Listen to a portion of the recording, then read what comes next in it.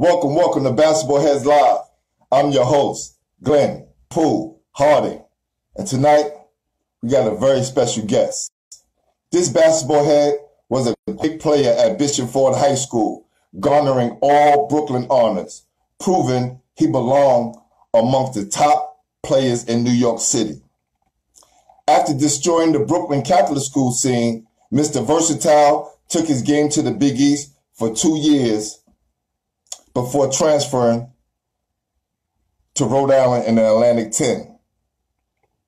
Then he joined fellow Brooklyn native and Abraham Lincoln legend Carlton Silk Owens at Rhode Island. Together, Silk, Tom Garrett, and Kenny Green would make the school's first Sweet 16 appearance in 1987 and 88. This basketball head had a smooth touch with a high IQ and could play multiple positions. He took his basketball talents overseas and played in the top professional leagues in Belgium, Spain, Italy, Argentina, and Portugal. He was the league MVP in 1994, and his career scoring average was 23 points a game.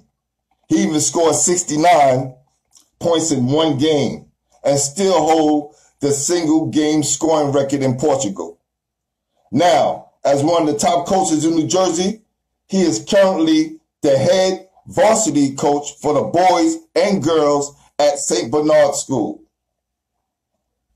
For the past 11 years for the boys and 6 years for the girls. And I don't know if y'all heard me right, he coached the boys and girls. His boys team garnered a record of 152-5 with 10 division titles. His girls was ranked a low 325th out of 327 teams. In 4 years, now they ranked as high as third. No recruiting, no height, just ball. This basketball head coaches what he has. Nothing more, nothing less. If you don't know, now you know. Help me welcome Bishop Ford and Rhode Island great, Coach Mergin Sina. Y'all ready?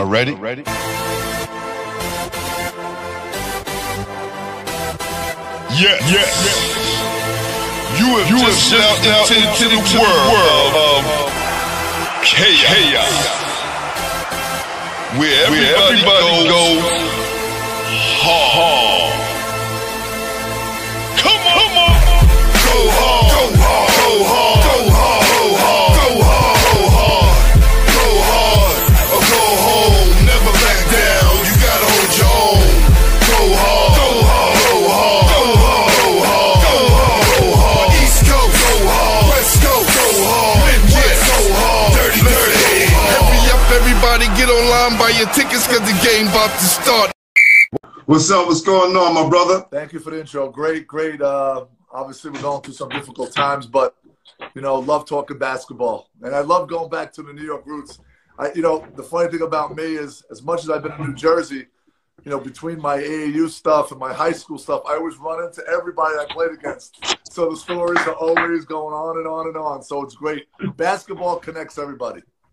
Yes, definitely. And it brings everybody together. 100%. Thank you for everybody that's in the room. Welcome to Basketball Heads Live. My guy, Jamel Powell, the resident artist, is in the building. Looks great back there, man. I love the stuff he does, man. It's awesome. Thank you. Yeah. Awesome. Thank you. So look, we got a lot of things to talk about, right? Sure. Well, first question I like to ask everyone, who introduced you to the game, Merge? I mean, the game was pretty interesting myself. Is pretty much the parks. I grew up in the parks in Brooklyn, and had an older cousin who played. I wasn't very good at a young age. I was gawky, kind of skinny. Didn't know if I could make it in the sport, but I watched my cousin Tom Sina play. He was a pretty good high school player, very good at a young age, and that kind of got me involved in playing. And it started out in the parks, and it built from there. Okay. Are you from Brooklyn? Brooklyn raised. Not born. I was born in Italy, but Brooklyn raised. Hey, that's what look. You got your bones here in Brooklyn, 100%. so that's what counts. It's 100%. What part of Brooklyn? Brooklyn guy, all the way. What part of Brooklyn, I live on Merge? Ocean Parkway. I live on Ocean Parkway, right off of Catalia and Ditmas Avenue. So about 10-minute bus ride, 15-minute bus ride to Bishop Ford. You know, I was right there. Right, because I was gonna say, bro, you kept going down Ocean Parkway. You could have been with us at Lincoln, man. No, it was all the way on the other end, though. We were divided by a lot of streets, but I know Lincoln well. So yeah, I know Lincoln well. Right. So, who was your first coach coming up? So I mean, obviously, you know, coming up, I mean, CYO, we had, you know, I played for St. Rose and Lima, and you know, during those times, played against like James Majors, you know, so all these guys that I ended up playing against in high school, and then some played with in college and against a lot of them. You know, so yeah, I mean, CYO started up in a small parish, St. Rose and Lima, and built my way up to Bishop Ford. Ray Nash was my coach at high school, obviously. But yeah, I've been coached by a lot of different people. Frank Mickens, you know, did some stuff with us in the Big Apple and Empire State games. Yes, yeah. Yeah, so I mean, I was around a lot. You know, like, people don't realize, like, when you're young in Brooklyn, you know, 12 years old, 11 years old, I used to get on a train. I used to go to Rucker Pro. I used to go to Queens. You know, and everybody's like, "You went by yourself?" I go, "Yeah, that's what we did. That's right. We went on a train, went on a bus. We traveled. We played all day." That's one thing the kids these days don't see anymore. You know, they don't do it enough, and but that's what really kind of, you know, set the table for all of us players. You know, obviously Carlton, you know, Owens, and you know, I played with him in college, and I got some great stories about him. Yeah, so basketball's been my life, literally. I mean, everything's been about basketball. So when you was coming up, your cousin was the best player in the neighborhood? He was really, really good. I mean, his freshman year, he was up there with, like, you know, with Chris Mullen and those guys. I mean, he played with those boys. He was really that good. You know, he flatlined a little bit as he got older, but as, you know, as a 7th, 8th grader, he was one of the best in New York. Wow, that's crazy. Yeah. So how was your time at Bishop Ford? You know, we talk about Ray Nash being your coach. He coached me as well in the Empire State games. Sure. And I also played with Pete. Yes. Right? Pete Nice. Pete was on my team in the Empire State games. He was a prime minister. Yeah. Which that's signed the Def Jam, so, right? Yeah, that was a funny situation. But yeah, Ray Nash was my coach. You know, I went to Ditmas Junior High School up until 9th grade. And I mean, quite honestly, you know, I had a really bad 9th grade. You know, I got kind of hooked up with the wrong crew, and my schoolwork started to tank a little bit. And, you know, I was very lucky to have an opportunity to play at Bishop Ford. It kind of cleaned me up a little bit in that sense. You know, got me back with the academics, the structure, the coaching. And I'll be honest with you, if I didn't make that move, I probably wouldn't be where I am today in the coaching world. Because, you know, bad decisions could lead into bad future, you know. And I was very fortunate that people took care of me. What was that turning point? Yeah, I mean, it was in 9th grade. I just, you know, I wasn't sure. I mean, I was a good basketball player, but, you know, I got caught up. You know, school was going bad for me. And I decided, hey, Bishop Ford, you know, it was a great opportunity. And, you know, there I got to play against some of the best players in New York City, Mark Jackson, James Major, the Wheeler brothers at Lockton. I don't remember the Wheeler brothers. And, yes, definitely. Yeah. Yeah, so you had Ed Davitt. Big time ballers. Yeah, John Johnson. Fingers inside. I mean, New York.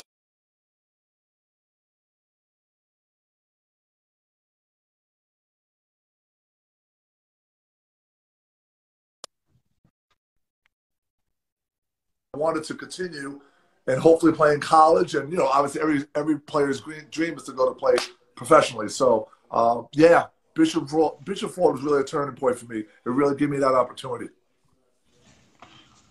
So you were the leading scorer at, you know, before you left Bishop Ford, like the senior year. Was it like that breakout year? I was a scorer, you know, I was a scorer. You know, my coach always told me I didn't play much defense, but he knew I used to put the ball in the hole. You know, I used to do it. You know, the big thing about Bishop Ford is, you know, we didn't have a fancy name. I mean, obviously, you know, Christ the King, Malloy, Bishop Lachlan, you know, we were kind of in the middle of the pack. But the great thing about Bishop Ford was I got an opportunity to play against those teams every week. And, you know, I had a lot of energy in those games. So, you know, I try to put on as many points as I can against those guys because you weren't going to win too many games against those teams. So that's right. Yeah. Was the variant you guys are rivals, or was it Bishop Lockland? Well, Severian was our big rival because my coach just, for some reason, went crazy with Severian. He just wanted to beat him every year, and we could never beat him. But every game was, played hard, competition. But yeah, I would say Severian was our biggest rivalry, but Bishop Lockland was very, very good as well. Who did you pattern your game after? I mean, I was back then. I wish I played now because I think Same here. My game is so suited to now. Yeah, even back then, but dependent, Back then, there were so many of me. Guys played like different. There were a lot of versatility. Shot the ball well. I mean, I did a little bit of everything, but initially, when I went to Seton Hall, I was a two guard. When I transferred to Rhode Island, it's a great story. I sat out that year, and Carlton and them went to the NIT, and they had won 20 games, had a good season, but we knew they were very young and would be very good the following year. So I had a great off season, and so they lost to Florida State, I think, in the second round of NIT, and I had gone upstairs to Tom Penders, and I'm waiting for him to say, hey, we need you next year. You're going to be in the guard spot, because I was a guard. He goes, and, so I'm pumped up. So I sat down in front of him. He looked at me. He goes, you're not going to play next year. So I go, what do you mean, coach? He goes, if you don't put on 15 pounds and figure out a way to be a four-man, you're never going to play. I got Carlton and Tom Garrick in a backcourt. I don't see any time for you there. Facts. I had no choice. And, a lot of players don't realize this. Sometimes you have to do that, and you've got to make the adjustment.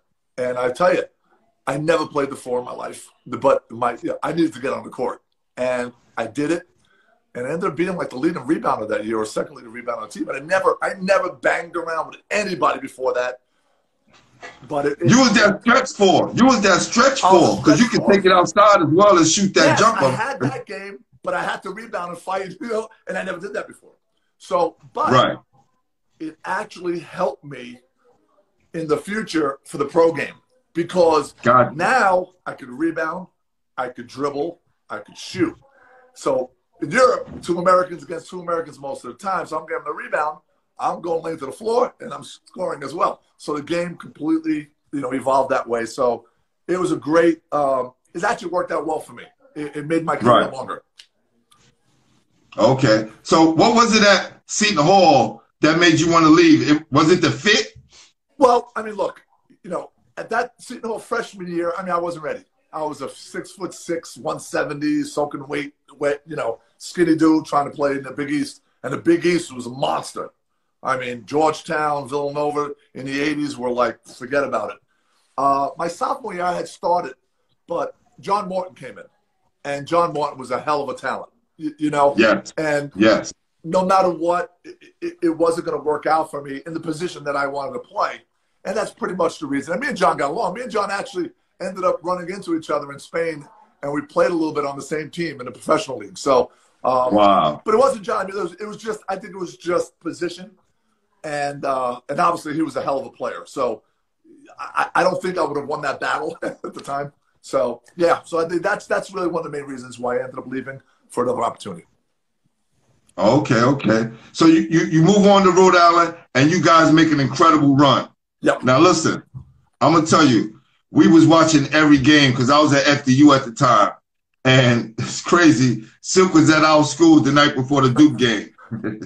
he was my roommate, and I beat him up on that move. By the way, I remember that night well. But he had a great game, so I just handed it to him. But you go figure, yeah. He still went out there and he killed him. Yeah. Silk. Look. I tell people this all the time, and Silk was on my staff a few years back at Gill. I don't know if you know that. I don't know if he mentioned that to you. No, okay. Yeah, so Silk was with me for a little bit. We still talk. We're lifelong. We'll be connected forever. Silk, in my opinion, should have been an NBA lifer.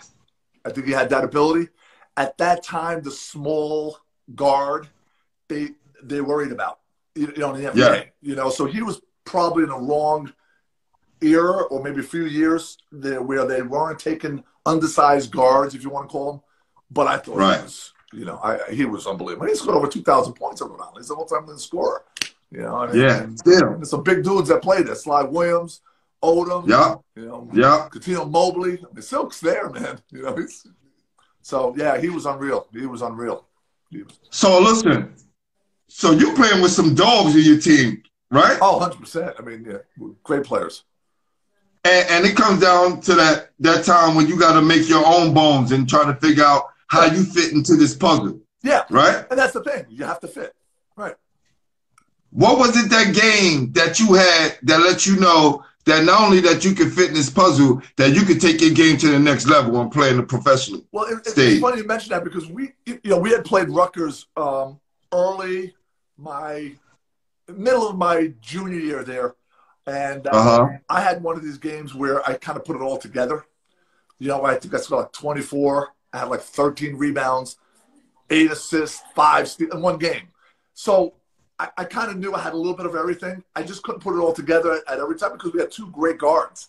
And for me, I had to be maybe that third and even the fourth wheel because Kenny Green was on the team, was another great player on that team. So I just had to find a way to just, you know what I mean, fit in there. And hopefully my senior year, I would have had a better opportunity. So that's really all I wanted to do at that point was win because it was fun, man. You beat teams. You didn't care about the scoring. You didn't care about any of that stuff. You know what I mean? We were just happy to beat Syracuse and beat Missouri, and it was just a great ride. Yeah, y'all got D. Chivas and them out of here. Yeah, Derek. Like I said, we run into the guys we played against in high school. I mean, all these guys we want to get to. You know, that's how good New York City basketball was. You know. Yes. Crazy. And listen, and you fit right up in there, man. Different. I just, you know, brother, we all played our part, 100%. and you doing it on another level now because of what you did in Brooklyn. Without those Brooklyn experiences, I would have never been where I am today if it wasn't for Brooklyn basketball, and I mean that.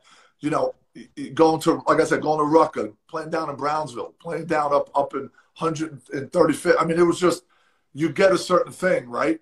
That kids even these days will never get to experience again. They really don't. They would never understand it unless they were part of it. But it just excited you, and it wanted you to push even more. And you know, it was great. And by the way, I'm going to make this on record. In the Rutgers Pro League, I was the original, the Pistol Pete of that park. They call me Pistol Pete first at the Rutgers Pro. After that, talk your talk. Guys, talk your talk. That's the truth. And hey, I'm glad you went there because now I want to know who asked you bus.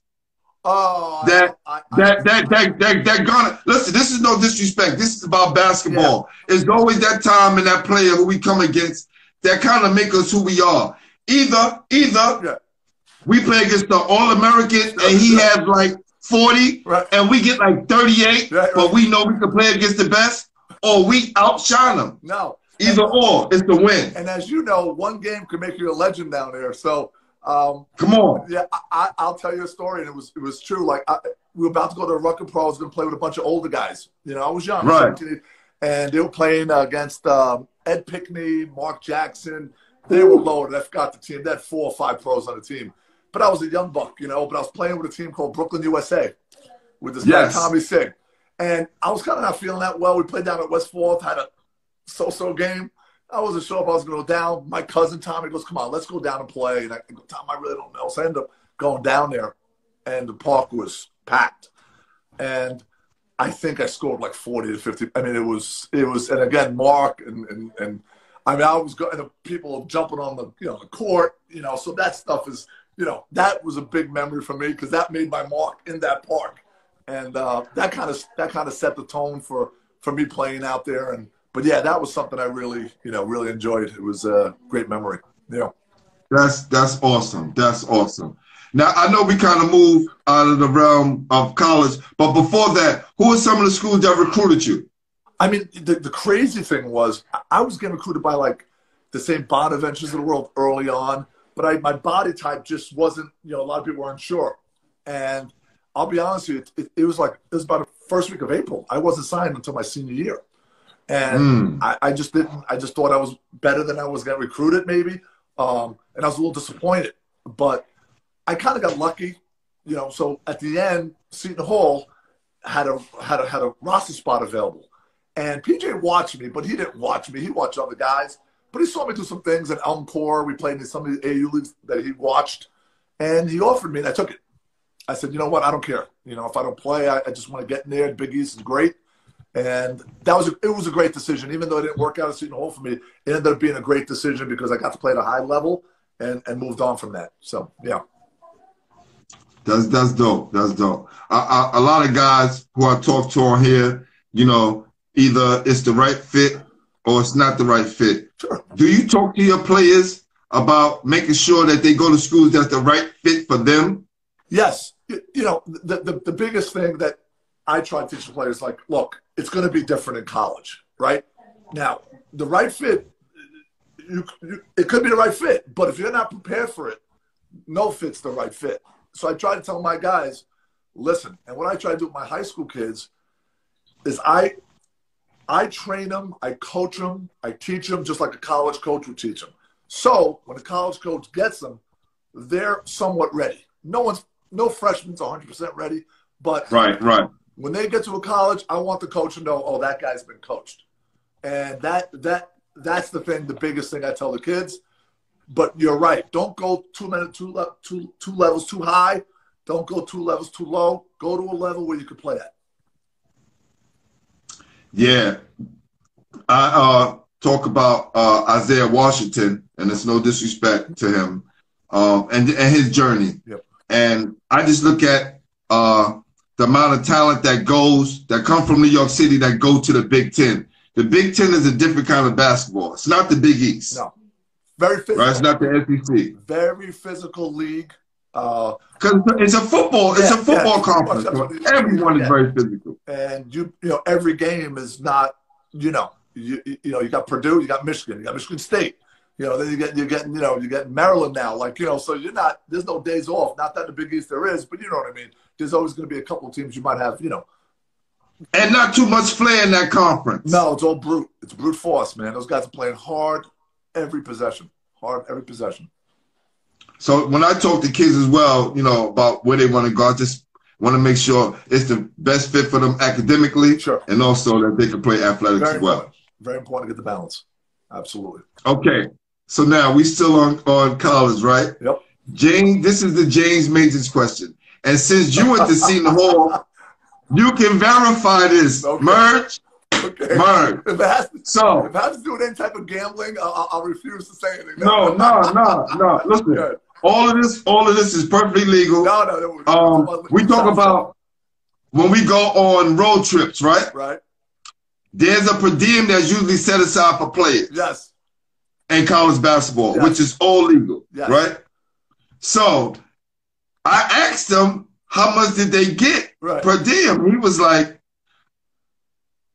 85, around 85, 86, like $5. Right. We weren't getting a lot.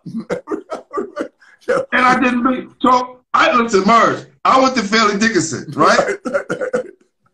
We was getting at least for a road trip $300 to $500. Right. We went to California. We probably got like $700. Yeah. We weren't getting a lot. We never understood it. I didn't get that. Well, that's why this is where I went to the gambling situation. We literally had to play blackjack. James didn't play because James was smart because he wanted to save the little he had. But the other guys, Ricky Burton, Andre McLeod, who played, we used to play blackjack against each other so we could get some extra money to buy some more food on the road. You know, so it was an interesting time. But they've come a long way. I'm sure they're paying a lot more. Yeah. I said I'm gonna keep that. That's gonna be the James Majors question, and just see, you know, what guys was getting back then. That's crazy. Now, again, you guys. That Sweet 16 run, right? That big stage. Yep. Is it as exciting while you there as we watching it at home? Oh, it's something that I'll always remember for the rest of my life. because you get the support of everyone. You get the campus support, the students coming out, the crowds. You know, you go out to to a bar or whatever during the weekend. You know, everybody's like, you know, wow, what a game. You know, great, great, great. And you know, and then obviously you get to the arenas, and every game gets more important. You know, you win the first one, you're like, whoa, now we got Syracuse. We beat Syracuse. Oh, then we get Duke. And, you know, we lose to Duke by 1. You know, we were probably one basket away from possibly. If we would have beaten Duke, we would have to play Temple. We played them 3 times. We were about to beat them. I mean, it was one of those things. I thought we might have went to the Final Four that year if we got past Duke. Wow. I think that was it. Because I think Temple, we would have gotten them. Because we played them 3 times, you know, and every time we were right there. And we just couldn't. So, yeah, it was it's hard to beat a team 4 times in a row. Yes, and you know, but Duke was, you know, we started off really slow against them, and then came back at the end and just fell a little short. It's one of my best games I had in the tournament. Actually, it was against the Duke game. Yeah. You guys was playing amongst the big boys, and you guys stepped up and was playing like big boys. So it just came down towards the end. So salute to you guys. No, thank you. We had six guys. I mean, I don't want to. Obviously, we had a whole team, but it was a 6-man rotation. Yeah. And we pressed every game all year against the best of the best. And he didn't change that style. And that's what made it amazing because we were all clocking 32, 33, 34 minutes a game, you know, and we were just, you know, every player knew his role. And Carlton and Tommy were in my opinion, the best backcourt in the country.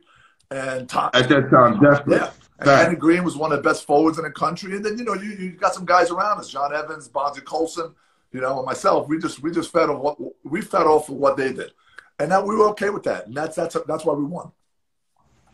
Yo, what was it about you guys, man, at Rhode Island when you guys took out your damn jerseys? It was like y'all turned into different people. Yeah, we dropped them out. We looked a little sloppy. These days, everyone. I just thought it was like a Brooklyn thing with you and Silk. Right. And then I seen the other guys start doing it. Right. And then that's when you guys turned things up. Yeah, it's kind of like a hidden message. You take the shirt off, we're ready to go. I was like, you know, and we were a tough group. I mean, we didn't back down to anybody. We really didn't. And, you know, that was a credit to our coach, Tom Penders, who, you know, he was big on motivation. You know, I mean, he used to tell me I stunk every game, you know, just to piss me off so I could play hard and make me believe that I was a power forward that could out-rebound anybody. And I jumped about this high. But you know what? He made me play hard. And, you know, I look back to that time and it really helped me in so many different ways. It really did. Yeah, you got James Majors in the building. He said my man Merge was a hustler. Got Gerald Green in the building. Yeah, got Spice in the building. Oh, yeah. No, these are guys Joe Jackson in the building. John Askew in the building. Bernard Mitchell in the building. Man, it's a great names. A lot of people here, man. A lot of people here. This is your family, your basketball family as you grew up. You know, one way or another, you're running into these guys, you know, and you're gonna have to life. So, yo, they all came out to support you, Mark. So, salute. I love it. They're great people, and I wish I could see them often more. You know, we're always around. I'm coaching. I'm always looking for the next guy that I haven't seen in a while. You know, I ran into Tony Hargraves all the time. Tony Hargraves from Fayette. Yeah. So me and Tony, we laugh about a lot of stuff. I try to tell my kids at the high school, you know, the stories. A lot of these kids don't understand like what it means to grow up in Brooklyn and play basketball and build off that. It's really a special experience. It really is. Definitely. So look, man, you played all over the world and catching bodies in major countries. Like you was catching bodies in places people were never even going to step foot in. Okay? 23 points a game, 69 in Portugal. You still hold a record. How was that experience, my brother? Like, come on, that's some big time numbers right there. Well, the great thing about it is, you know, when you're in college, you want to score more, right? Every player wants to do more, right? But sometimes you don't get those opportunities. So I was so hungry. By the time I got out of college, I was like, man, if I could just now professionally, you know, now to pros, they're paying you to do things, right? So no one's going to restrict you. No one's going to tell you got to. So it opened up a whole new world for me. My first year in Portugal, and it's a funny story because it's how I got my first job. I was at St. Peter's College, and an agent calls me up and goes, "Hey, a coach from Portugal's coming in, you know, and he's gonna look at some players." And you know, he wasn't my agent, but he wanted to fill the gym. Right. So I got to the gym. There's only 6 guys there. 3 guys that was represented by this agent, and the other 2 were my brother and a friend of mine who was just in the gym who plays ball. So we played 3-on-3. True story. And I was killing these guys. But the agent was saying, nah, he's not that good. Get the other guys. So this coach was like, no. I want that guy.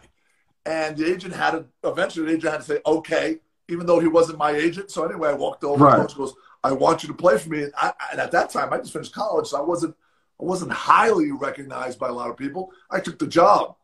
So I was so hungry that the first 3-4 weeks, I was averaging like 39, 15 rebounds, 10 assists. They had me in the top category. I just went completely nuts. I was like a robot, you know, just going.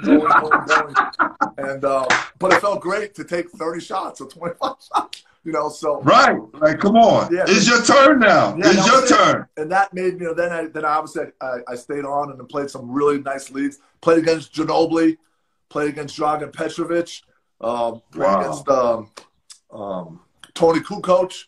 I mean, I played against some big boys, man, and you know, I had some good games, you know, and so I kept playing. You know, I had a nice career there.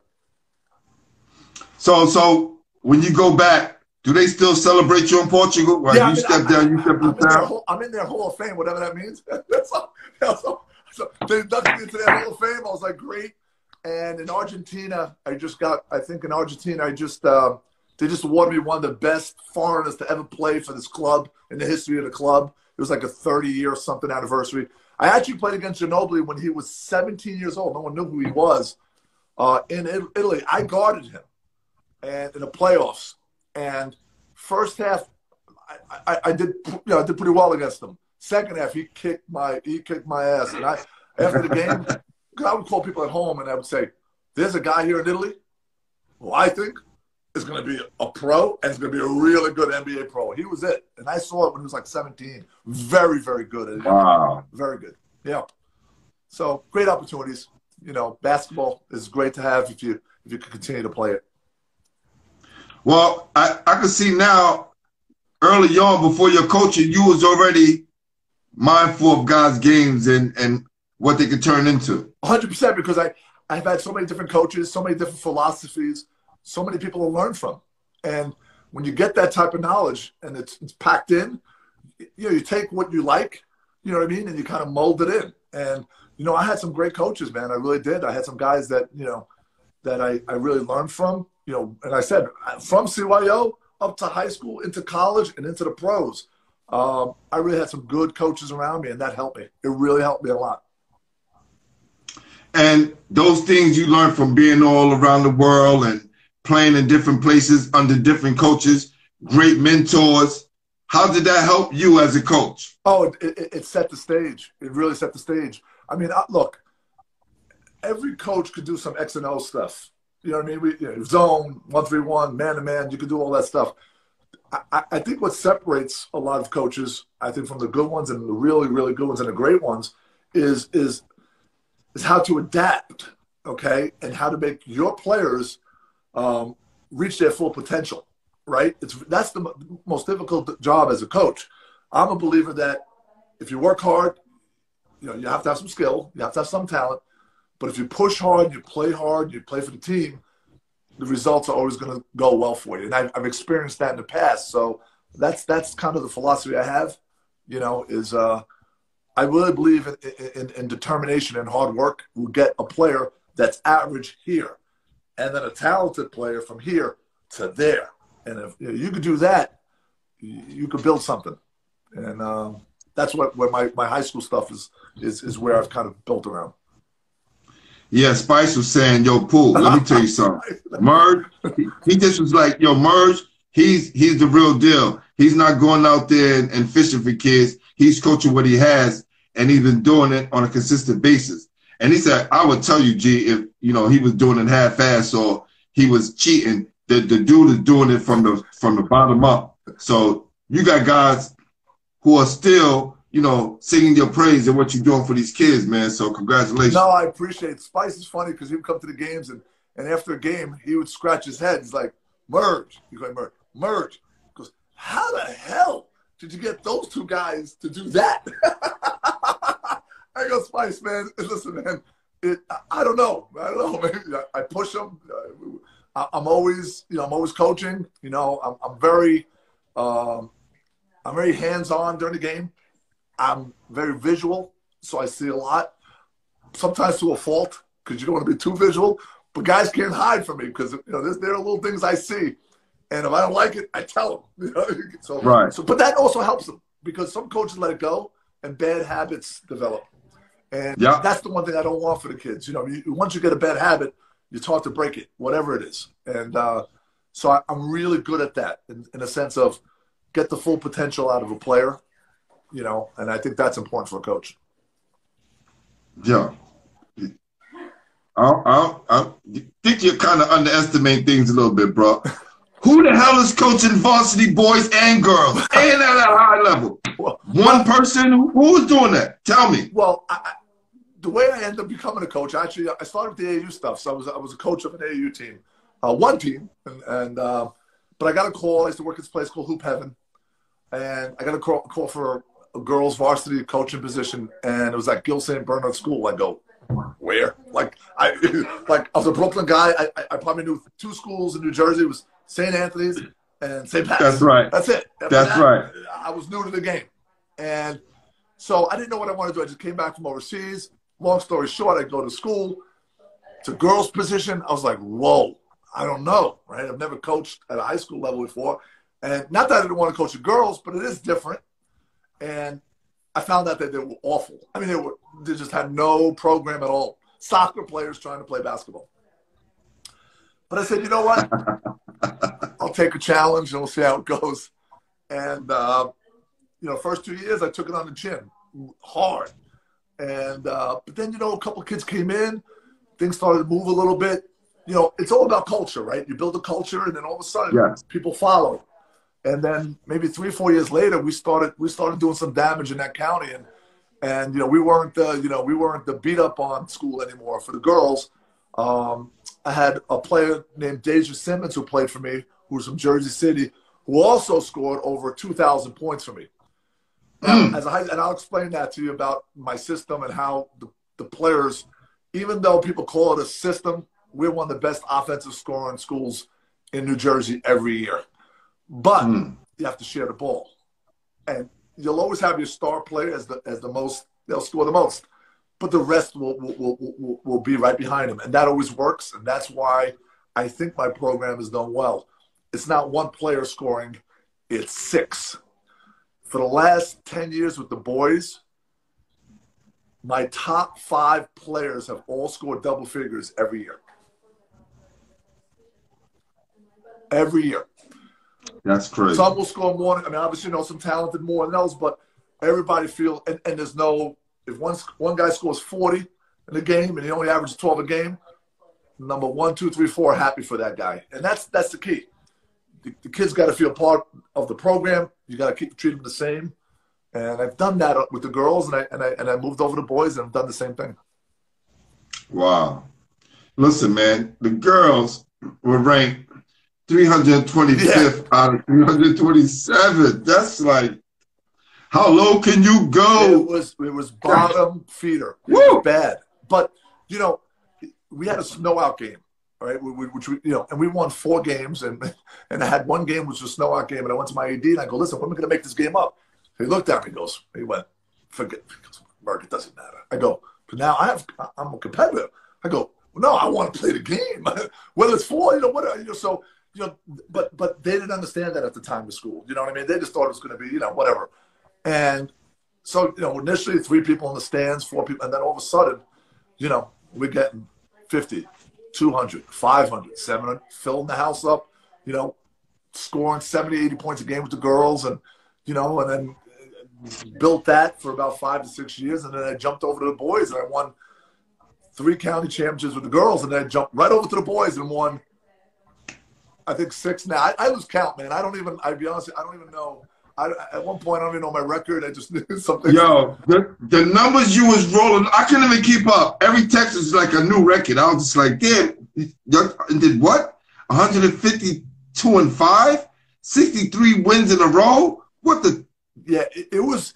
Now, remember now, the boys that came there were 3 kids that were on my first boys team. I coached AAU, called the Hoop Heaven Elite. And with those 3 kids, we went on the AAU circuit and went to like the finals of the Orlando show. I mean, we beat each one. We beat Austin Rivers' team, and people and with a bunch of kids, like we were playing the warm lines, and they're like, these guys, you know, and we would just really do some damage on them. And those kids ended up coming to Gill. And I wasn't their coach the freshman year. We had another coach there who was my AD at the time. And long story short, I had to tell my AD, not that he had to leave his job, but the kids weren't connected to him, you know, and because they wanted to win as freshmen. And he had a goal of them winning as seniors. And my players, I have that mentality. I want to win now. We winning now. You know, the mentality, you know. And so it got a little dicey, remember, to my AD. But, you know, he stepped down and let me take the job, and we're great friends. But now I've become the boys coach, and I got a lot of heat because now all the writers in the area, you know, who's this guy? Because, you know, there was some rumblings how I got the job. But these are my kids. So the first day up in my office, I wrote on the board. It's my first day as a high school coach with my boys. After the girls, I go, we will not lose one game in this county this whole year. We're going to run the table. We're going to win the Somerset County Championship, and we're going to go as far as we can in the States. And we didn't lose a game. We ran the table at 16-0. And you know, we won our first county championship for the boys for the school. Right. And we ended up losing to the Patrick School in the state tournament in the semifinals, but they were loaded. Gilchrist, you know, and Michael Gilchrist, that you know Kyrie and those guys, so that they were loaded. Yeah. So yeah, I just taught. You know, I don't win 80 in a row. You know, I'm a believer. Like you keep putting it on, and until somebody outworks you. And that team was very special. We ended up one year actually getting ranked as high as 11th in the nation. We had gone out to West Virginia. We were a substitute team that no one knew about.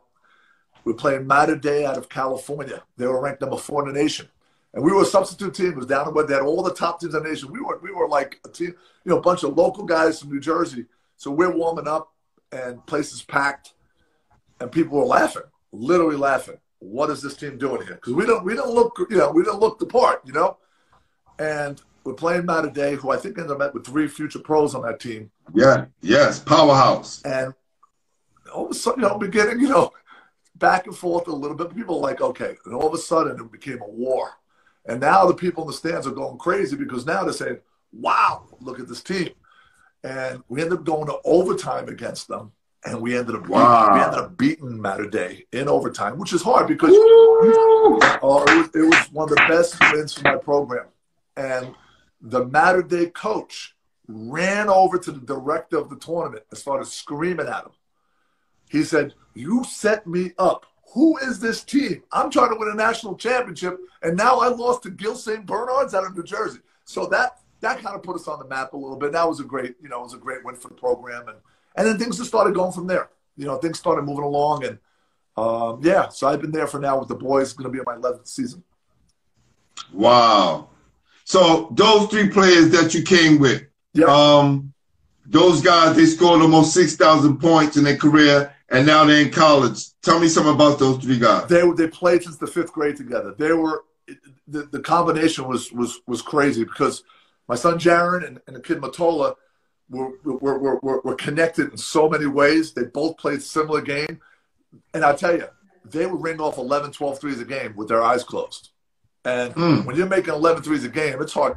You're hard to beat. And they were shooting from NBA range. And the kid Hoffman was the prototypical big guy who knew how to pass right from the post and kick it out and rebound, do all the dirty work. So it was like a triangle, which was really impressive. And what they did, especially at that level. Yeah, they were. And again, like I mentioned, the thing with that group is crazy. And I tell people this. my son Jaren ended up scoring 2,100 and something points, right? It was an all-time leading scorer in Somerset County history. Alex Nicola could have probably broken that because we didn't know where he was going to 2,000 because there were games I could have kept him in a few more games. He would have scored. Right. You know, he would have scored 2,000, and Hoffman was only 120 points. So I had 3 players on the team that were in my opinion, were 2,000 point score on the same high school team. That doesn't happen. That doesn't happen. No, I don't know if it's unheard of. I don't even know if it's even out there or even close to that. Right. So, but then they set the mark. They set the mark, the culture, and then kids started to follow.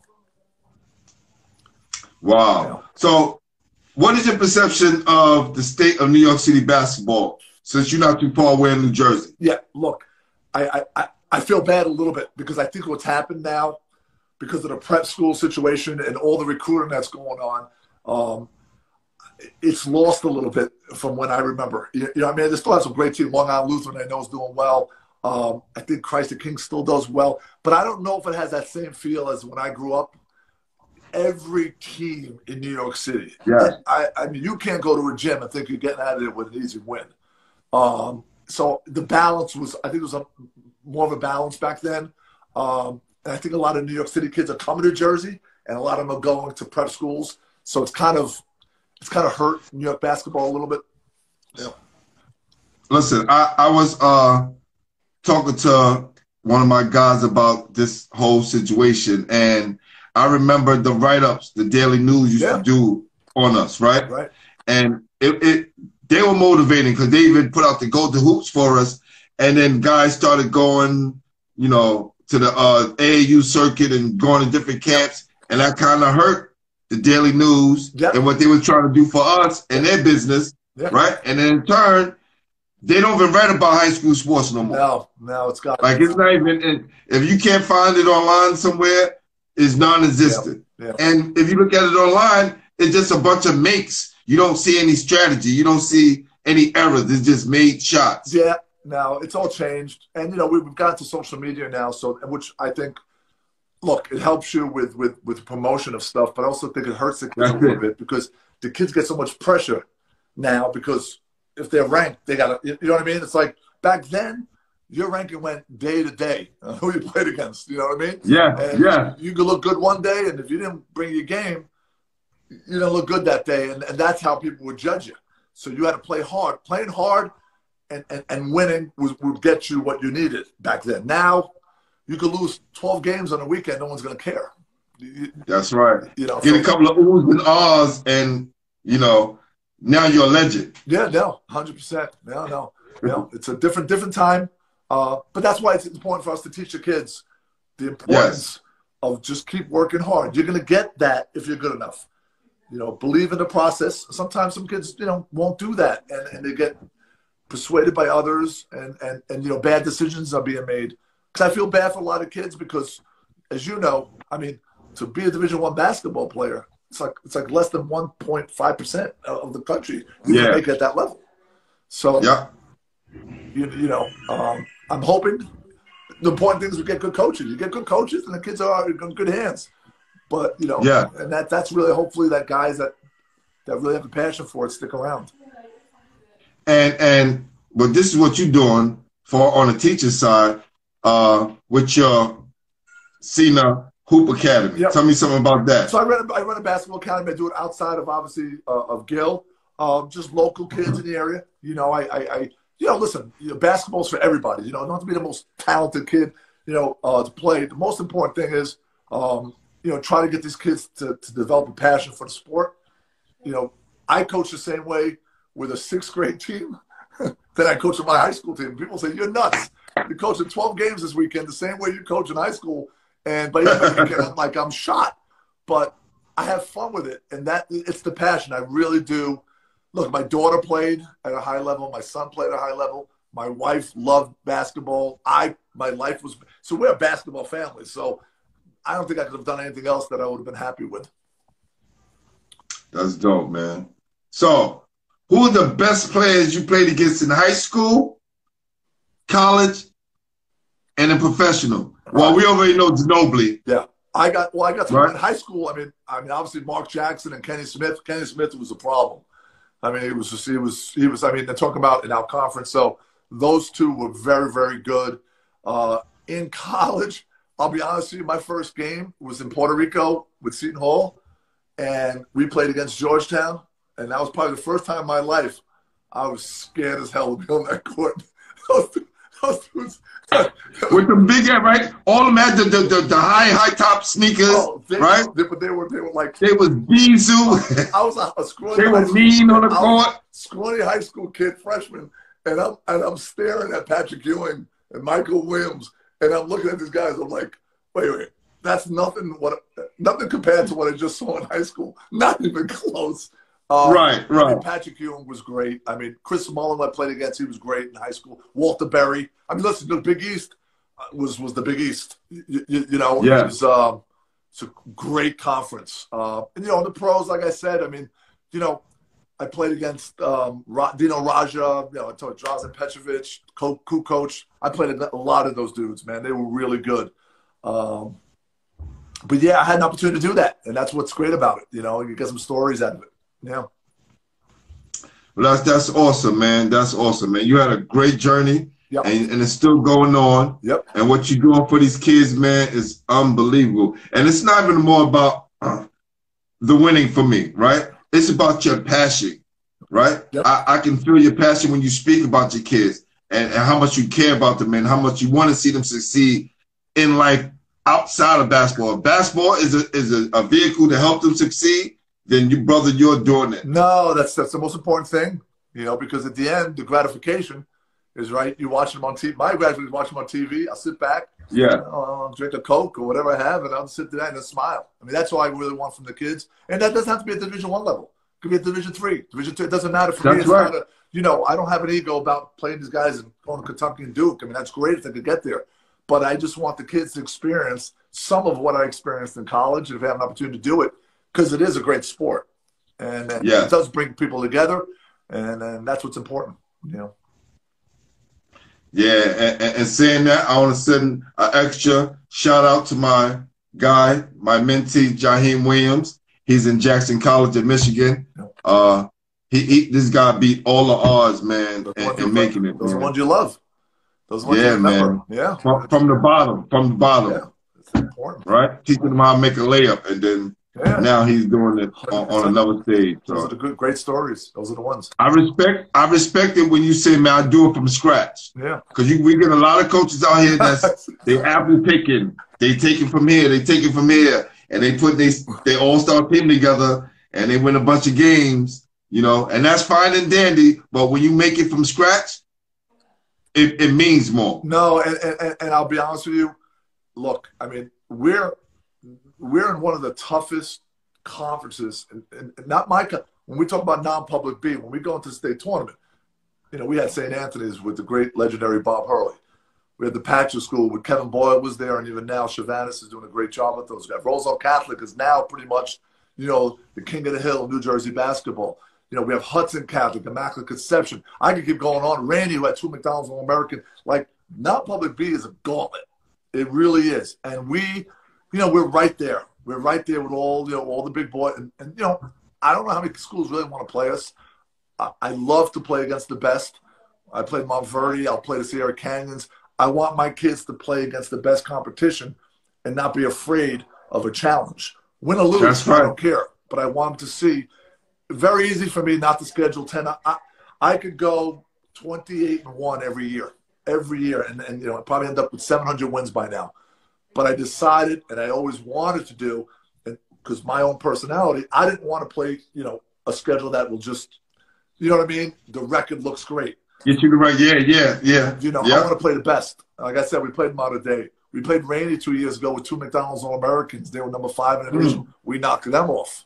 You know, so these are the teams. You know, we beat St. Anthony's one year. How many teams could say they beat St. Anthony's? Right, right. Not too many teams in New York City. No. So it's very rare. The Patcher School we've beaten a few times. You know, so I'm right here. Yeah, I talked to you about that because my guy Tiny's out there at the Patcher School. Yep. How did you guys do against them last year? Well, we didn't run into them because they were in the other bracket. So we didn't. Okay. Yeah. Now, don't get me wrong. They were loaded. They had some players. you know, but they had some injuries last year. Kaminga was hurt, so they had some struggles. So yeah, kind of things didn't go as planned for them, I think. Lost a big game to Roseville Catholic, you know, and then we ended up playing Roseville Catholic in the next game. And, you know, we were up 10 with like 3 minutes to go, and we just kind of turned the ball over a few times, and we ended up losing like by 1. But, you know, like I said, man, we're you know, I'm happy to, you know, again, I built it from I don't want to say from scratch, but you know what I mean? It was very, I love the fact that I remember my program where it was and where it is now, and I did it the right way. I really think I felt I did it the right way because kids are getting a great education. They're getting great basketball, and I think I'm okay, Coach. It depends on who you talk to. So listen, bro. You know, so I'm just they will be coming soon. The big colleges will be. I know they're already knocking at your door already, bro. But they will be coming soon. Trust me. Yeah. I'm quite sure once you get there, we'll be seeing you holding up their national banner, their national championship one day. Because I just know what kind of fire you're gonna bring, brother. No, I appreciate that. That sounds great. That sounds great. So what I want to do, right? I'm gonna show you your artwork. Okay. Right? But I don't want to lose you, so I'm gonna go out and come back in. Okay. All right? Yep. And then you can see your artwork, all right? I agree. That'd be great. Awesome. Come back, everybody. Come back. We're gonna show Merge his artwork. Hope my God is ready to show me. Awesome. All right? All right. Good stuff. All right. Good stuff. All right. All right. What's going on? What's going on, world? We back. I'm gonna plug a few things real quick. You know, we still doing the big with Game Over. Basketball Head's official sponsor.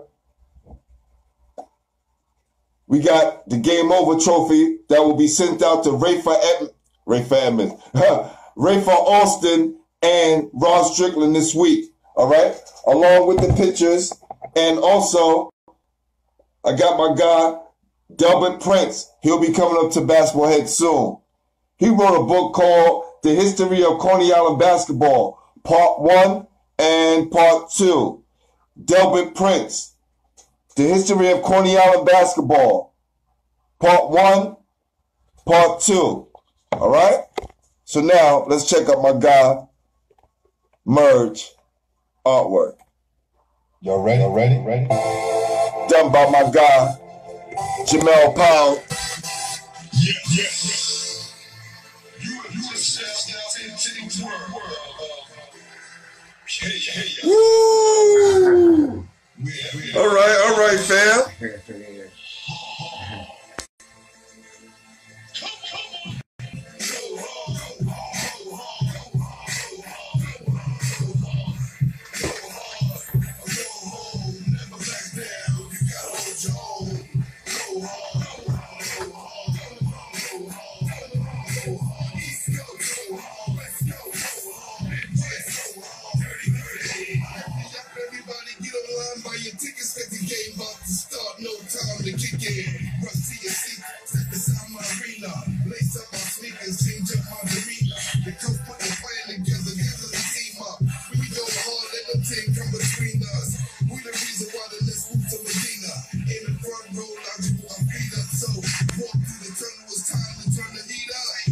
I'm back.